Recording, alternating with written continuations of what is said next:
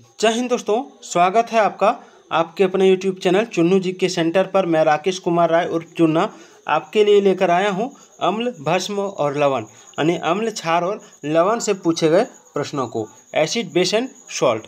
तो चलिए स्टार्ट करते हैं और एक एक प्रश्नों को देखते हैं। पहला सवाल पर ये आपके स्क्रीन पर है। सवाल है कि अम्ल वह पदार्थ है जो क्या करता है? इलेक्ट्रॉन ग्रहण करता है, इलेक्ट्रॉन प्रदान करता है, प्रोटॉन देता है या OH आयन देता है। तो देखिए इसका जो राइट आंसर होगा वो होगा अम्ल वह पदार्थ है जो प्रोटॉन देता है। क्या देता है? प्रोटॉन देता है। नेक्स्ट है भस्म वह पदार्थ है यानी क्षार। भस्म यानी क्षार, ठीक है। क्षार वह पदार्थ है जो क्या देता है?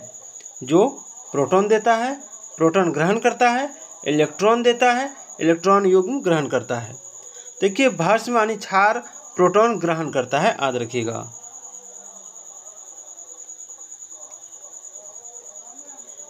नेक्स्ट सवाल है अम्ल व भस्मों की अभिक्रिया के फलस्वरूप बने पदार्थ को क्या कहते हैं? तो अम्ल व भस्मों की अभिक्रिया के फलस्वरूप बने पदार्थ को कहते हैं, इसमें हो जाएगा ऑप्शन है अम्ल, लवण, ईस्टर, अल्कोहल यानी अम्ल, ठीक है। अम्ल और क्षार मिक्स होने के बाद क्या बनता है? तो क्या बनता है? लवण बनता है। क्या बनता है? लवण। अगला है उदासीनीकरण क्रिया में बनता है। तो उदासीनीकरण क्रिया में लवण व जल बनता है, याद रखिएगा। अगला है अम्ल एवं भस्म के परीक्षण के लिए किसका उपयोग किया जाता है? अम्ल एवं भस्म के परीक्षण के लिए किसका उपयोग किया जाता है? तो देखिए अम्ल एवं भस्म के परीक्षण के लिए उपयोग किया जाता है आपका ऑप्शन है लिटमस पत्र, कोबाल्ट पत्र, अमोनिया पत्र, इनमें से कोई नहीं। तो उसका राइट आंसर होगा लिटमस पत्र। क्या हो जाएगा? लिटमस पत्र। चलिए, नीले लिटमस पत्र को लाल कर देता है। कौन लाल कर देता है? अम्ल, भस्म, क्षार, लवण। कौन लाल करता है? तो नीले लिटमस पत्र को अम्ल लाल कर देता है। एसिड एसिड एसिड बोलिए इसको। चलिए अगला सवाल है लाल लिटमस पत्र को नीला कर देता है। देखिए लाल लिटमस पत्र को कौन नीला करता है? अम्ल, भस्म, लवण या इनमें से कोई नहीं। तो उसका राइट आंसर हो जाएगा भस्म यानी क्षार, याद रखिएगा। अगला है जल में घुलनशील भस्म यानी बेस को क्या कहते हैं? तो जल में जो घुल जाता है उसको क्या कहते हैं? इसमें ऑप्शन में अम्ल, क्षार, लवण, इनमें से कोई नहीं। चलिए नेक्स्ट देखते हैं। तो आंसर हो जाएगा इनमें से कोई नहीं। निम्नलिखित में से कौन सा कथन सही है? तो जो कथन सही है वो है आपका ऑप्शन है क्षार में साबुन जैसी चिकनाहट होती है। क्षार लाल लिटमस को नीला कर देता है। सभी क्षार भस्म होते हैं किंतु सभी भस्म क्षार नहीं होते। उपयुक्त सभी, कौन सा कथन इसका सही है? तो उसका राइट आंसर होगा उपयुक्त सभी। ये तीनों कथन सही है। सभी अम्ल जल में घुलकर प्रदान करता है। तो क्या प्रदान करता है? एक मिनट, हाँ ठीक है। सभी अम्ल जल में घुलकर प्रदान करता है तो H+ आयन, H+ आयन, याद रखिएगा। नेक्स्ट है भस्मों का स्वाद कैसा होता है? आपका ऑप्शन है खारा, खट्टा, मीठा या स्वादहीन। तो देखिए भस्मों का जो स्वाद होता है वो होता है आपका खारा और अम्ल का स्वाद खट्टा होता है। भस्मों के जलीय घोल में कौन सा आयन होता है? यानी क्षार के जलीय घोल में OH- आयन होता है। सभी लवण होते हैं। क्या होते हैं सभी लवण? तो सभी लवण जो है ये होते हैं आपका विद्युत अपघटय।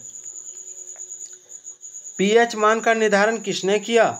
तो pH मान का निर्धारण किया आपका सोरेनसन ने। नेक्स्ट है शुद्ध जल में हाइड्रोजन आयन सांद्रण का मान क्या होता है? तो शुद्ध जल में हाइड्रोजन आयन सांद्रण का मान होता है आपका 10 पर पावर 7।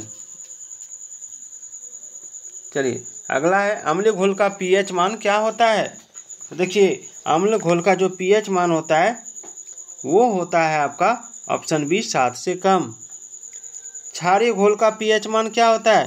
तो क्षारीय घोल का पीएच मान होता है आपका 7 से अधिक।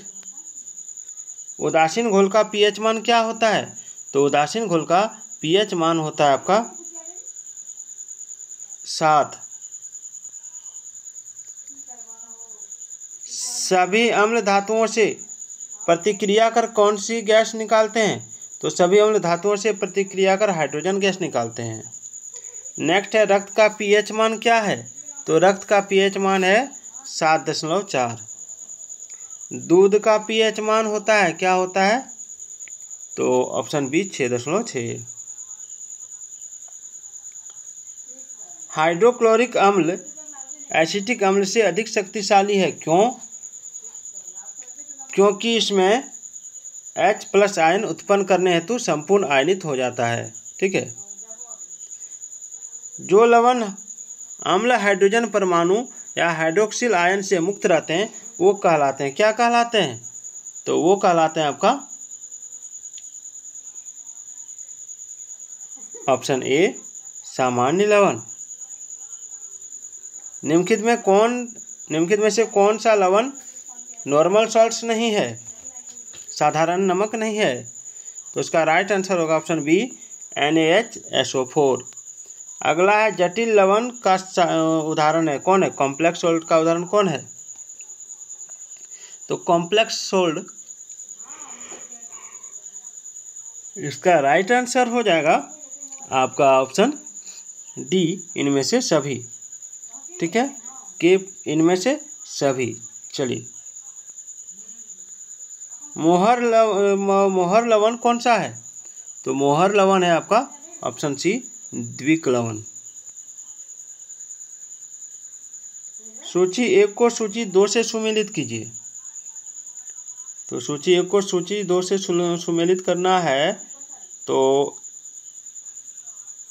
आप देख सकते हैं सामान्य लवण जो है ये बेरियम क्लोराइड हो जाएगा और अम्लीय लवण जो है ये हो जाएगा सोडियम बाइकार्बोनेट और क्षारीय लवण जो है ये हो जाएगा आपका फेरिक हाइड्रोक्साइड और द्विक लवण जो है ये है फिटकरी यानी एलम।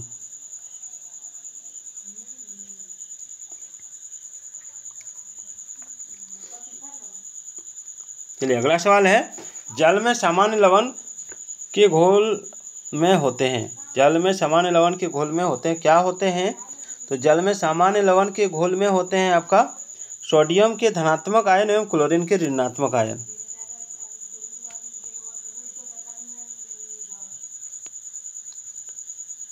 हाइड्रोजन सभी अम्लों का एक आवश्यक अवयव है यह सर्वप्रथम किसने कहा।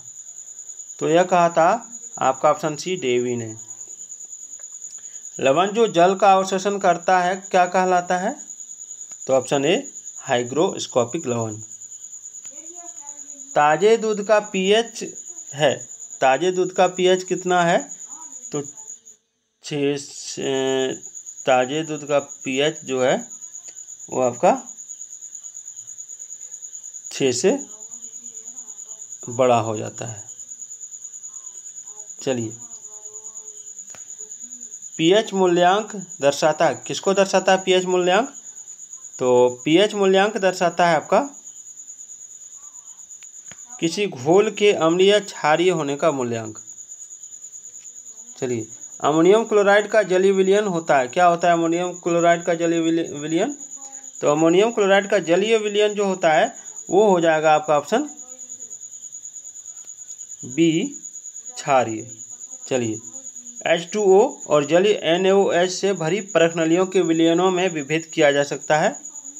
तो इसका राइट आंसर हो जाएगा आपका ऑप्शन ए लाल लिटमस द्वारा। निम्नलिखित में कौन अम्लीय लवण है। तो निम्नलिखित में जो अम्लीय लवण है वो H2CO3 है। निम्न में किस लवण का जलीय विलयन लाल लिटमस को नीला कर देता है। तो ऑप्शन ए Na2CO3। जलीय विलयन की अम्लता के परीक्षण के लिए कौन सा उपकरण प्रयुक्त किया जाता है। तो इसका राइट आंसर हो जाएगा option C pH meter. Next सवाल,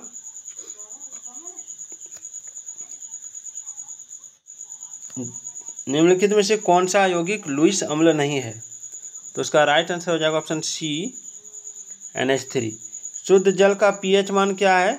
तो शुद्ध जल का pH मान जो होता है वो होता है आपका ऑप्शन सी, 7। तो दोस्तों ये 39 सवाल आपकी परीक्षा के लिए बहुत ही इंपॉर्टेंट है।